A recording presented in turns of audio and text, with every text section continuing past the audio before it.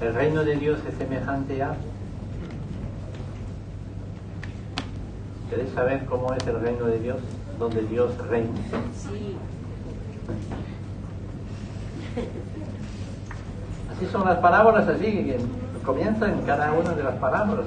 Prácticamente siempre el Señor dice, escuchen bien, presten atención, oigan, les voy a decir, les voy a dar una imagen, les voy a dar una pincelada, como tratar de explicaros cómo es el reino de Dios, donde Dios reina. ¿Y cómo deberíamos de ser nosotros? Porque si Dios reina en nosotros, ¿verdad? Ahí empieza el reinado de Dios, el campo donde Dios reina en nuestros corazones. Pues efectivamente hoy vamos a leer una parábola en San Marcos, pero la leemos un poquito más tarde. Sí, primero quisiera hablar un poco sobre las parábolas, qué son, qué significan, ¿no? Y por qué estamos empezando esta nueva serie de predicación sobre las parábolas de Jesús. Hay otras parábolas en la Biblia, pero estas son de Jesús, que Él dijo a sus discípulos. Y por lo siguiente, nosotros queremos saber, y claro, las palabras de Jesús tienen que tener una importancia fundamental y básica en nuestras vidas, y tenemos que conocerlas y analizarlas y meditarlas ante todo y hacerlas nuestras, ¿no? Y no es la primera vez que hablamos de las parábolas, pero siempre cuando yo hablo y vuelvo a abrir las parábolas y a leerlas, siempre me dice algo nuevo. Añadido a lo anterior, sí, o mejor recuerda cosas, pero siempre hay algo nuevo. Incluso Jesús emplea una parábola para decirle lo que les estoy diciendo ahora. Dice, no, porque el reino de Dios es como un padre que abre un tesoro y siempre encuentra algo nuevo dentro, ¿no? Pues así es, ¿no? Y Dios es tan infinito y cuando habla, pues sus palabras son tan profundas y tan grandes que siempre hay algo nuevo que descubrir. Cuando pensamos haberlas entendido, vemos que todavía hay cosas nuevas que entender. Y eso es maravilloso, ¿no? ¿Y qué es una parábola? Pues Jesús emplea este método para enseñar. ¿Por qué? ¿Por qué lo hace? ¿Sobre qué quiere enseñar Jesús cuando utiliza las parábolas? Hablamos del reino de Dios. Quiere enseñarnos el reino de Dios porque quiere que sus hijos conozcan el reino de Dios, en geometría, cuando hablamos de una parábola, hablamos de dos puntos distintos, pero en lugar de forma directa a uno, pues hace toda una curva, ¿no? Y va hacia el otro, ¿no? Eso forma una parábola. No voy a explicar de esto, pero bien, la idea es que en lugar de ir directamente al grano, como dicen, ¿no? Pues dar una vuelta por ahí, ¿no? Pero para mejor llegar, ¿no? Al punto de salida. Y entonces quizás es por eso que hemos empleado la misma palabra, no lo sé, en español y en todos los idiomas, para demostrar y para decir lo que es una parábola, ¿no? Una enseñanza que Dios quiere dar, pero para explicarla mejor, pues da un poco de vuelta por ahí, para que la entendamos mejor, ¿no? Seguramente. Así son las palabras de Jesús. En lugar de hablar directamente sobre algo que probablemente no sería entendible para los discípulos y para nosotros tampoco, emplea un ejemplo conocido para que entendamos mejor lo desconocido, ¿no? Si yo les hablo de una silla, ustedes saben lo que es, y entonces para sentarse, porque lo han visto, lo conocen y lo que sea, pero si hablamos de cosas espirituales, pues estamos un poquito en el aire, ¿no? Entonces es bueno emplear las imágenes para explicar lo espiritual, ¿verdad? Pues así es, ¿no? En el diccionario español dice que una parábola es un relato real o imaginario que esconde una o varias enseñanzas sobre un tema. Bueno, está bien las definiciones, ¿no? Pero las parábolas de la Biblia esconden más que lo que revelan sobre Dios y su palabra. Primero esconde y así obliga al creyente a hacerse preguntas, porque cuando damos todo hecho, ¿no? Como dicen, no apreciamos realmente lo que hay. Entonces cuando uno dice, pues a ver qué habrá querido decir, ¿no? Eso nos obliga a poner en marcha nuestro entendimiento y a profundizar y entender, y seguramente es lo que perseguía Jesús con sus auditores, ¿no? Dice, bueno, les voy a contar una historia casi como una adivinanza, ¿no? Pero a vosotros de descubrir lo que realmente hay detrás. Y solamente los interesados, los que realmente quieren saber cómo es el reino de Dios, van a investigar y van a trabajar esto. ¿Entendemos? Mientras que los otros no. Pasarán. no, tengo otra cosa que hacer, ¿verdad?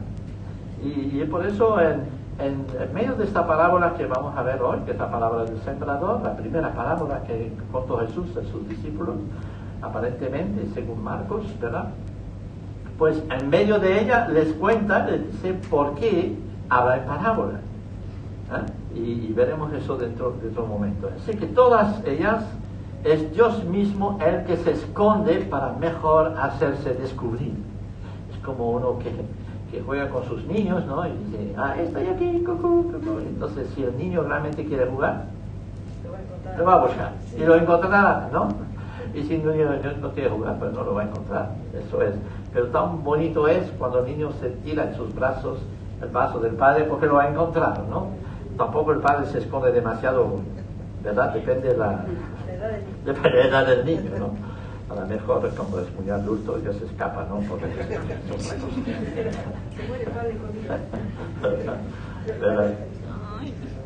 Bueno, en ella curiosamente Dios se presenta de manera muy distinta de como lo hace en el Antiguo Testamento. Si ustedes conocen y tienen una imagen de Dios, seguramente dicen, bueno, Dios es omnipotente, omnisciente, es grande, es maravilloso, lo sabe todo, poderoso, incluso hemos cantado hace un momento, Dios poderoso, que está en victoria, que no sé qué, no sé cuánto, ¿verdad? Estamos cantando eso, y de repente Jesús habla a sus discípulos y dice, bueno, Señor, el reino de Dios es como alguien, es como un sembrador que siembra, y como veremos, mucho éxito no tiene, ¿no? y así, ¿no? Y curiosamente, pues en estas parábolas veremos que Dios se presenta de una manera totalmente distinta de que se presentaba en el Antiguo Testamento. La gente en el Antiguo Testamento, cuando hablaba de Dios, temblaba, ¿no? Decía, wow, se veía trueno y fuerza y todo lo que uno puede imaginar sobre esto, ¿verdad? Y de repente en el Nuevo Testamento es todo lo contrario, ¿ah? No significa que Dios no es poderoso, obviamente, ¿no?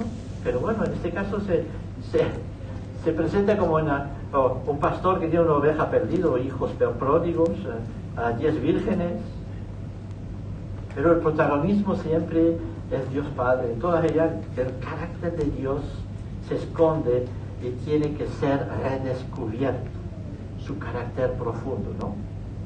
Y en ella pues vemos como los discípulos probablemente estaban no es que no entendían las parábolas, porque yo creo que hasta un niño lo puede entender, pero no cuadraba con su idea de Dios. No podía cuadrar con su... ¿Cómo que Dios es uno que viene a sembrar? Vamos a ver. ¿Verdad? En su mente, en su forma de ser, Dios es el Todopoderoso, al cual tenemos que rendir culto y tenemos que obedecer y tenemos mil cosas así. Y de repente Jesús dice, bueno, el reino de Dios es semejante a uno que hace un banquete y nadie viene.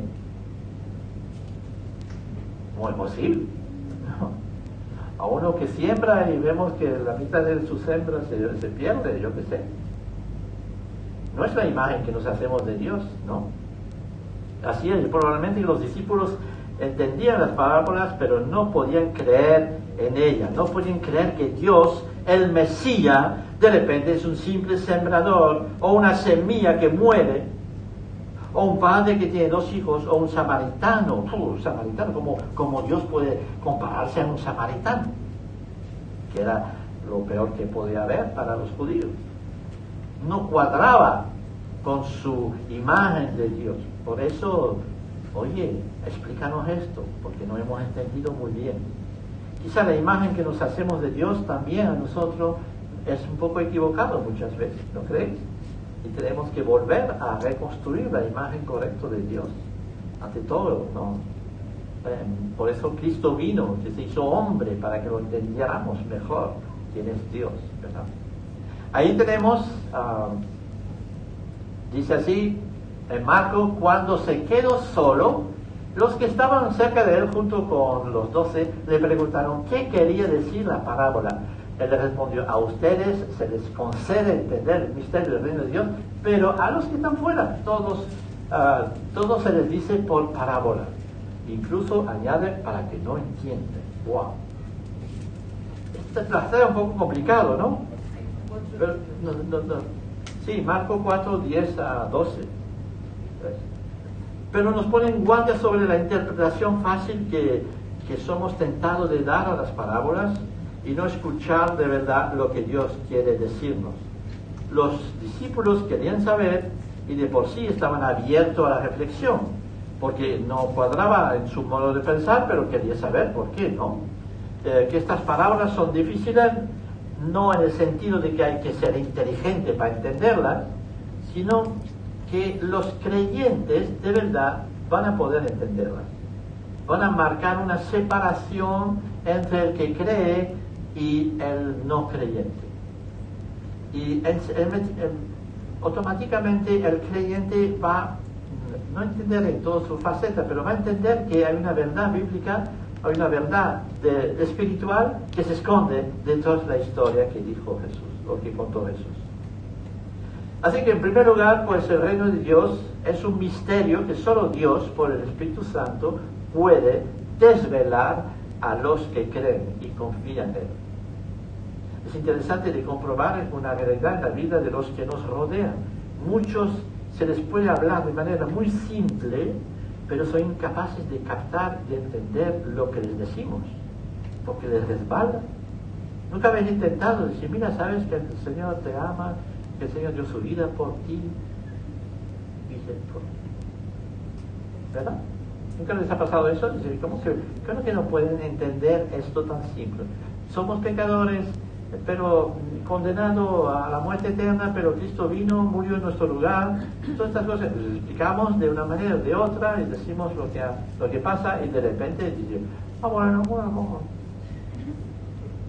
¿No es así? Yo creo que en el Castillo no tiene muchas experiencias de ello, ¿verdad? Con personas que están hablando, pero ustedes seguramente todos tienen esta visión de las cosas, ¿no? Así que cada uno de nosotros podríamos esta mañana hablar de nuestro país de origen, enseñando fotografías, enseñando vídeos, hablar de cómo son la gente, cómo es el gobierno, cómo es la comida, cómo son las costumbres, sus imágenes, pero lo que les va a interesar a ustedes son los que se interesarán a saber cómo es tu país. Si no le importa un bledo cómo es tu país, pues no va a escuchar, le va a resbalar, ¿de acuerdo? Así que es un poco lo que está diciendo aquí Jesús. Dice, solamente los que realmente desean van a saber cómo es el reino de Dios. Y yo creo que espero que todos nosotros aquí deseamos saber cómo es el reino de Dios. Quizá hemos gustado un poquito de la cosa, pero digo, wow, quiero saber más y un día sé que realmente viviré, volveré ahí donde Dios realmente me está preparando un lugar. Dice así después, para que viendo vean y no entiendan, y oyen y oigan y no comprendan, no sea que se les conviertan de sus pecados, les sean perdonados. Eso es un pasaje muy difícil de entender, ¿verdad?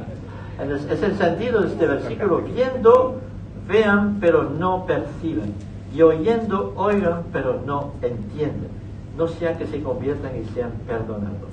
Toda la Biblia nos enseña que Dios quiere salvarnos, ¿verdad? Y ahí parece ser que Dios pone traba para que no lo salvemos. No es exactamente eso, ¿no? Simplemente dice que solamente el que busca encuentra. Y el que quiere realmente va a recibir. Y los que no, pues a ellos, como que les dejo libres, ¿verdad? Podríamos traducir con el fin de que el hombre de afuera nunca piense que está dentro perdonado, cuando en realidad tiene que aprender todo sobre el perdón. Una fórmula para entender esto mejor, no sé si la ven entendido, pero bien. Así que Jesús rechaza cualquier otra puerta de entrada en el reino de Dios que no sea Él mismo, la puerta de la fe, donde el hombre crucifica sus ideas religiosas y muere a sí mismo para que nazca el hombre nuevo espiritual. El reino de Dios no es un país imaginario o que uno se inventa para que las cosas vayan bien, ¿no? O que pueda pasar a través de las dificultades de este mundo, de esta vida, y dice, pero sí, está el reino de Dios y no sé qué. No, el reino de Dios es una realidad absoluta. Cuando no es un cuento de hadas o de películas, es real, incluso más real que el mundo que vivimos, ¿verdad? Y eso tenemos que entenderlo bien. ¿Qué es un reino? Un reino es un territorio donde reina un soberano, dicta leyes y las hace cumplir por sus ciudadanos, donde él tiene autoridad. Podemos parafrasear diciendo, donde reina Jesús o Dios, pasa esto. Y ahí cuenta la historia. O pasa aquello y cuenta otra historia. Es como si Jesús de repente quiere enseñarles a sus discípulos algo sobre el reino de Dios y se pregunta, a ver, ¿cómo les puedo explicar eso a ellos? ¿No? Porque Jesús sabe perfectamente lo que es el reino de Dios, obviamente, ¿no? Pero dice, ¿cómo le puedo enseñar a esta gente, a estos agricultores? Bueno, pues mira, vamos a tomar, o a estos pescadores, o cómo es. Y enseguida dice, pues voy a explicarles de esta manera, a ver si entienden mejor, ¿verdad? Y así emplea las parábolas. Donde Dios reina, así es. Y todas las enseñanzas de Jesús están ahí para llamarnos la atención sobre la necesidad de elegir si vamos a ser parte del reino o no. Eso es el propósito de su enseñanza, ¿verdad? Y si queremos hacer parte de este reino o no. Y hoy, pues, nos toca, ahí llego, a la parábola del sembrador, por fin, ¿no? Y si leemos en Mateo 4, 1 a 9, que vamos a hacer rapidito, ¿la tenéis todos vosotros?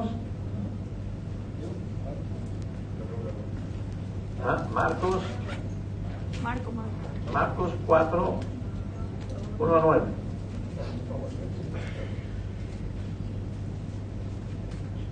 Otra vez comenzó Jesús a enseñar junto al mar y se reunió alrededor de él mucha gente, tanto que entrando en la barca, se sentó en ella en el mar y toda la gente estaba en tierra junto al mar. Nosotros que fuimos a la Teresita esta mañana podemos imaginar la escena, ¿no? Subieron el barco porque hay tanta gente que quiere escuchar y está, ¿no? Y les enseñaba por parábola muchas cosas y les decía en su doctrina, oíd, he aquí, el sembrador salió a sembrar. Y al sembrar aconteció que una parte cayó junto al camino y vinieron las aves del cielo y la comieron. Otra parte cayó en pedregales donde no tenía mucha tierra y brotó pronto porque no tenía profundidad de tierra. Pero salió el sol, se quemó y porque no tenía raíces se quedó. Otra parte cayó entre espinos y los espinos crecieron y la ahogaron y no dio fruto. Pero otra parte cayó en buena tierra y dio fruto, pues brotó y creció y produjo a 30, 60, a 100 por uno. Entonces les dijo, el que tiene oído para oír, oiga.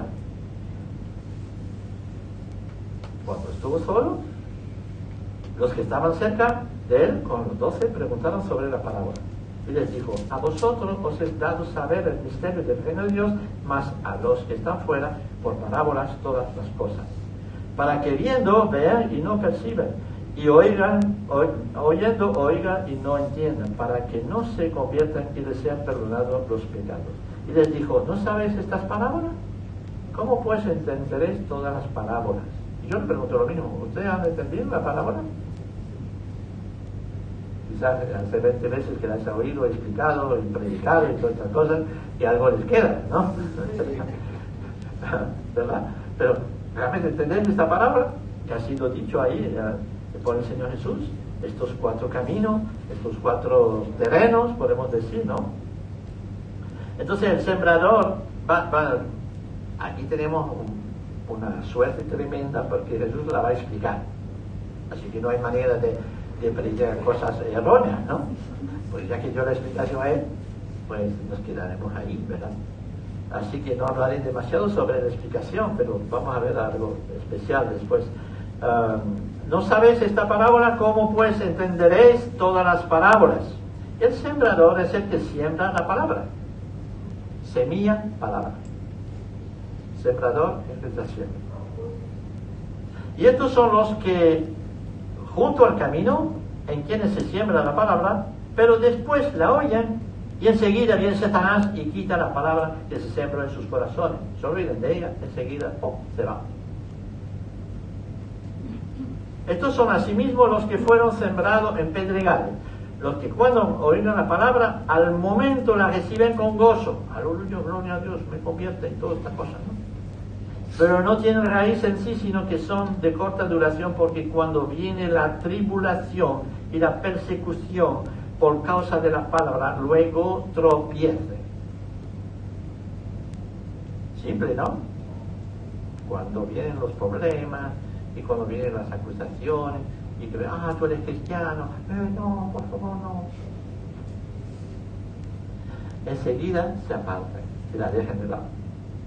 Estos son los que fueron sembrados entre espinos, dice después, los que oyen la palabra, pero los afanes de ese siglo, y el engaño de las riquezas, otra vez, ¿no?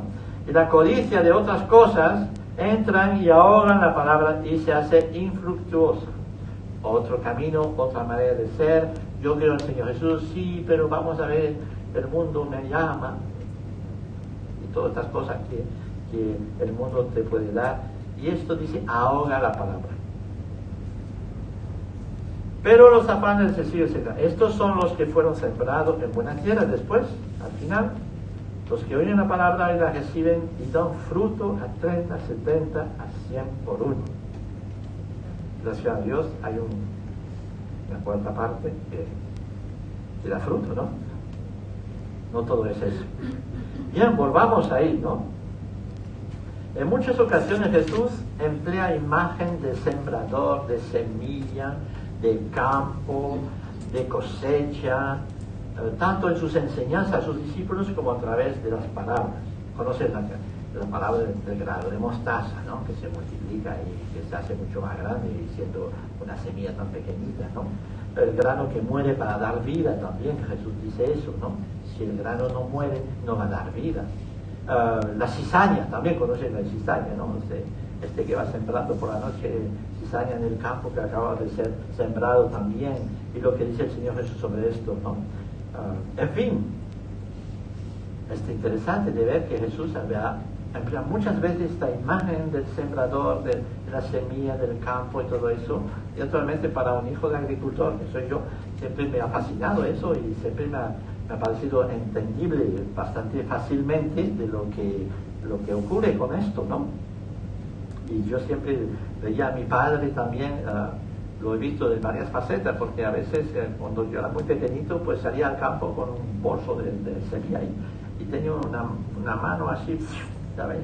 Y tiraba la semilla del campo, que era fantástico. Lo veía caminar ahí, era tremendo. Después se empleó maquinaria y muy específica y ahora es todo bajo tecnología, casi con el teléfono móvil, ahí manda, el tractor va y cada semilla entra en su posición correcta y tal, y es absolutamente extraordinario de ver cómo se siembra hoy en día, ¿no? No se pierde ni una semilla, ¿no? Contrariamente en ese tiempo donde se perdía un montón de semillas tirado porque estaba tirado así, ¿no? Y yo no sé si Dios podría emplear la misma palabra hoy en día, lo tendría que transformar un poco, pero bien, ¿verdad? Pero entendemos eso, ¿no? Y es interesante de ver que también Marcos la sitúa al comienzo de toda su explicación de Jesús y todo su evangelio.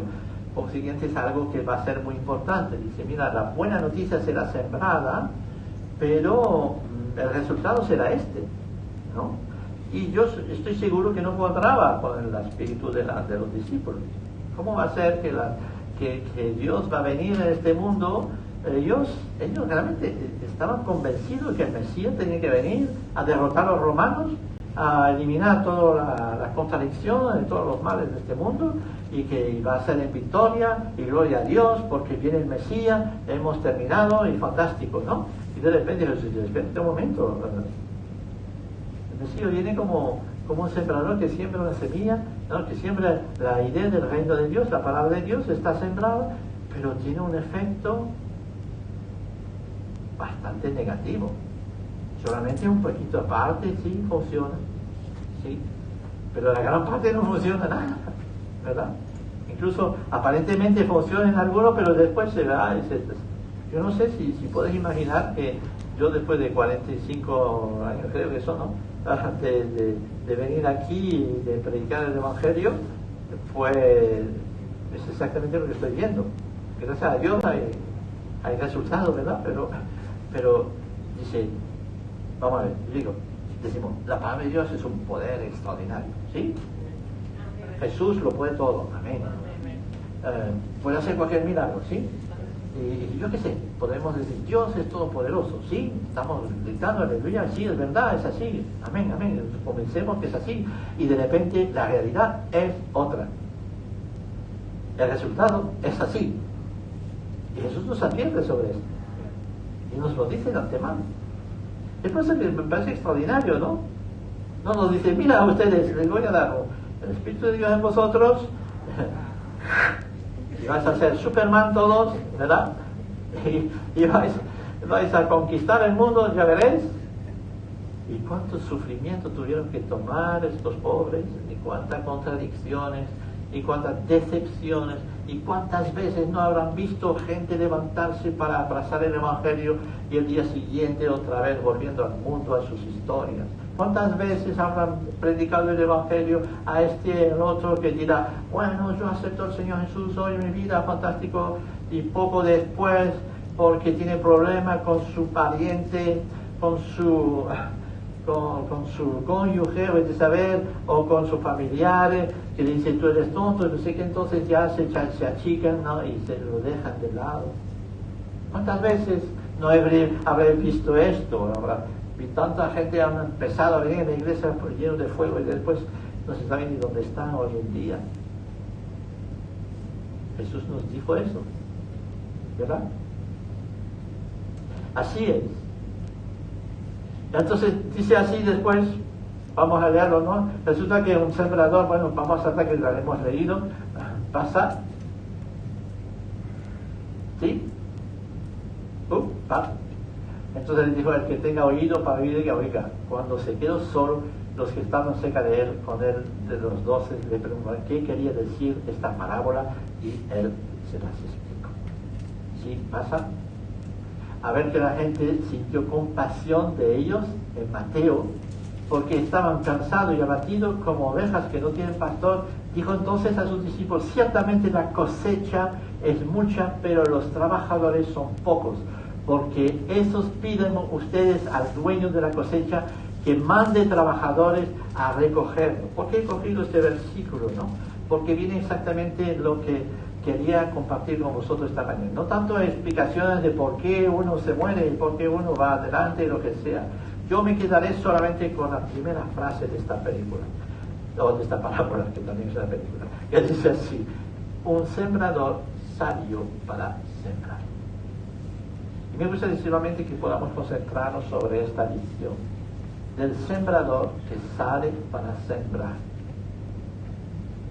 Y lo hace con tanta fuerza y con tantas ganas y con tanta ilusión que su semilla va por todas partes, ¿de acuerdo?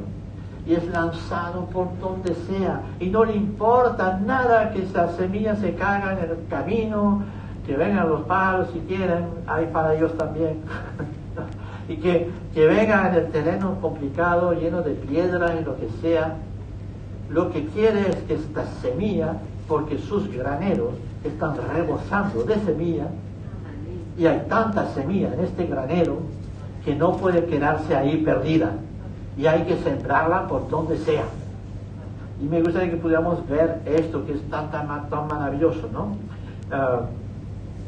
Así que no es tanto que nos llama la atención, no es tanto la semilla en el camino o el pedregal o los espinos, ni siquiera la semilla en el buen terreno. Es verdad, conocida, comprensible, es lógico a la época, ¿verdad? Lo que no era lógico a la época es que un sembrador salga con estas intenciones de tirar su semilla por la borda.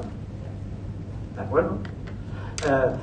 Ellos se imaginaban al Mesías como un vencedor, lo repito, el que transforma vida, que reina en el cielo y en la tierra, el todopoderoso que les va a librar de los romanos. Pero un Dios sembrador, un Dios tan humano, tan a la merced de las circunstancias, tan débil, no lo podían concebir. No podríamos hacernos las mismas preguntas. ¿Cómo que nuestro Dios tan poderoso y un evangelio tan maravilloso tiene tan poca influencia en este mundo? ¿Cómo que una semilla tan poderosa sea tan frágil como un grano de trigo? ¿Cómo el evangelio es tan frágil porque si no cae en un buen terreno no va a dar ningún fruto? ¿Cómo es que comida por los pájaros, quemado por el sol, ahogado por los espinos? Hablamos de un Dios poderoso que cambia vida, que sana, que libera, que hasta resucita. Y quizás es esto que no entendieron los discípulos. Quizás es lo que más debemos llamar, que nos tiene que llamar la atención, este sembrador que sale a sembrar. No sabemos nada sobre la manera de hacerlo, si lo hace ahí, si lo hace acá, si lo hace de una manera especial. Lo que sí que siembra por todas partes.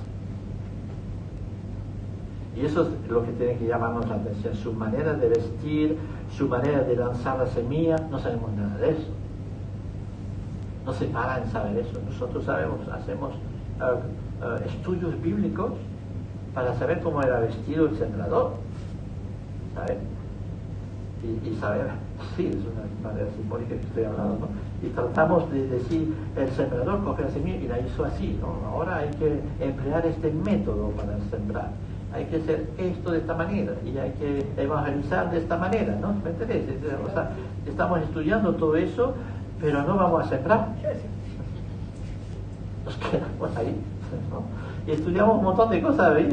Cursillos de evangelismo práctico, y bueno, está bien, o de evangelismo teórico, lo que sea, y buscamos todo tipo de métodos. Yo les garantizo, después de 45 me dicen, ¿cómo hay que sembrar? Yo no lo sé, pero hay que sembrar. No lo sé.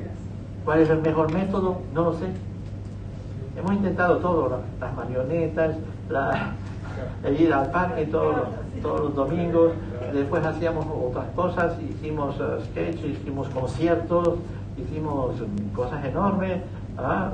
Hablamos del forastero la vez pasada y todas estas cosas. Todo eso es muy bonito, es muy bien. No digo que no hay que hacerlo, todo lo contrario, ¿verdad?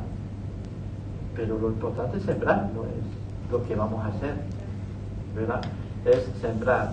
Así que el resultado no tiene nada que ver con la manera de sembrar, sino el hecho de sembrar. Nosotros metemos mucho énfasis sobre la manera, queremos adaptar esta a los tiempos que vivimos, a la cultura, a la música, a los métodos, etcétera. Y eso está muy bien. Estudiamos métodos de evangelismo y finalmente no sabemos nunca a sembrar.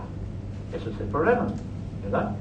Y la siembra no está relacionada con tu estilo y tu personalidad, dijo MacArthur, a tus guardarropa o a tu estilo de música. La siembra está relacionada con la siembra y siempre hay que sembrar y anunciar el evangelio. En esta parábola, pues el énfasis no está puesto sobre aquel que siembra o no ser sobre un solo punto. El hecho de que la semilla es en abundancia y hay que repartirla en abundancia. No parece estar preocupado por la escasez de la semilla, este sembrador. En el granero del padre de familia hay una abundancia de semilla y eso es extraordinario.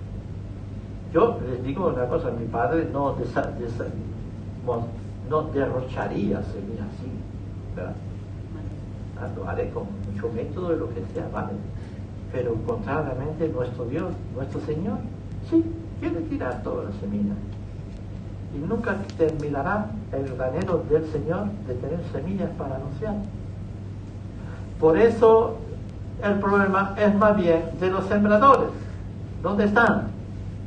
Y por eso Jesús le dice a sus discípulos, levanten la cabeza y miran los campos, están listos para hacer lo mismo, ¿no? ¿Dónde están los obreros? ¿Dónde los que siembran o que recaudan, que es lo mismo en este caso, ¿verdad? Ahora la responsabilidad de sembrar le incumbe a la iglesia, ir y anunciar el evangelio del reino a toda criatura. En esta ocasión Jesús emplea otra imagen relacionada con el trigo y le dijo a sus discípulos esto, ¿no? A ver, la gente dice, entonces la siega está ahí. ¿Dónde está la gente para recogerla? Y Jesús aquí dice lo mismo, ¿no? Lo urgente de la siembra. de la cosecha, de la predicación, del testimonio, del anuncio, de la invitación, de la proclamación de la buena noticia. Si leemos en Romanos 10, 11 a 13, dice, pues la Escritura dice, todo el que cree en Él no será avergonzado. Porque no hay distinción entre judío y griego, pues el mismo Señor es Señor de todos, abundando en riqueza para todos los que le invocan, porque todo aquel que invoque el nombre del Señor será salvo. ¿Cómo pues invocarán a aquel en quien no han creído? ¿Y cómo creerán en aquel de quien no han oído? ¿Y cómo oirán sin haber quien les predique? Así que ve, la responsabilidad de toda esta historia es nuestra. Hay abundancia de semillas, pero no hay quien las reparte. Y es triste, es terrible, ¿no? Otra consideración para terminar, si bien Dios aceptó que su palabra fuera sumisa a los avatares del pájaro que devora, del sol que quema y de los espinos que ahogan, si bien Dios entregó la responsabilidad de la siembra a su iglesia, si bien somos responsables de la preparación de nuestro terreno, no es nuestra responsabilidad el crecimiento de la semilla. A ver si me entendemos bien, porque hay otra parábola que dice, uno ha sembrado y tal, pero no va por la noche a ver cómo crece la semilla. Descansa en paz, porque ha sido sembrada, y la semilla se crecerá solo, si el terreno está bien, ¿verdad? Si bien, y así la iglesia de hoy, es una gran lección que queremos tirar hoy para nosotros, ¿no? La iglesia de hoy se preocupa más por el crecimiento de la semilla que por la siembra. Y la iglesia no estudia el cómo sembrar más abundantemente, más eficazmente, sino que estudia cómo conservar, cómo hacer que la semilla crezca en los corazones. Se preocupa más de la germinación o el florecimiento que de la siembra. Y nuestra responsabilidad es la siembra, no es el crecimiento. ¿Hemos entendido eso? Pero Dios no se limita a la hora de sembrar, no elige solo los buenos, da oportunidad a todos, incluso no se para en pensar quién es pedregales o quién es espinos o quién es buena tierra. Él siembra. Indiscutiblemente nos llama a hacer lo mismo: sembrar, sembrar, sembrar. Y dile a tu vecino, tienes que sembrar. O tenemos que sembrar. Pongámonos de acuerdo para sembrar. Que sembremos en mala, buena tierra no nos corresponde, da igual, sembremos. Tenemos que sembrar. En esta sala, esta mañana, el sembrador salió para sembrar también, ¿verdad? Hemos recibido esta semilla nosotros. Va a dar su fruto, vamos a tomar decisiones en empezar a hacer lo que tenemos que hacer. Yo sé, me dice, sí, pero vamos a ver el COVID y todas estas cosas. Pero deja el COVID de lado. Eso no tiene que impedirnos sembrar. Y quizás debe de ayudarnos a sembrar. Quizás es el momento más adecuado, donde la gente quizás tiene su terreno con menos locura en su cabeza y con más preguntas, ¿no? Y quizás es el mejor momento para sembrar, no lo sé, ¿verdad? ¿Hasta cuándo va a resistir los que no quieren arrepentirse de sus pecados y aceptar a Jesús como Salvador personal? ¿Hasta cuándo los que sí lo reciben se dejan atrapar por las raíces de amargura, de cobardía, de falta de compromiso con el Señor? ¿Qué es lo que le impide decir esta mañana, realmente creo, y simplemente creo y recibo al Señor en mi vida? ¿Qué es lo que nos impide sembrar de verdad?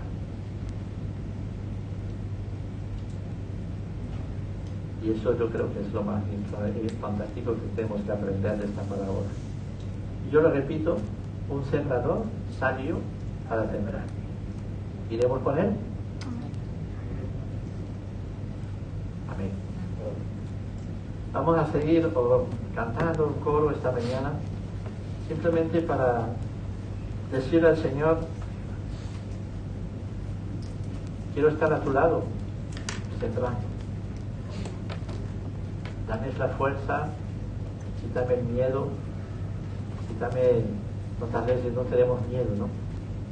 Uno dijo una cosa muy interesante un día, la evangelización empieza, tú ves, cuando tú invitas amigos, estás en una habitación, ¿no? Y dices, bueno, voy a predicar el evangelio, lo que sea, no sé qué, pero no sabes cómo hacerlo.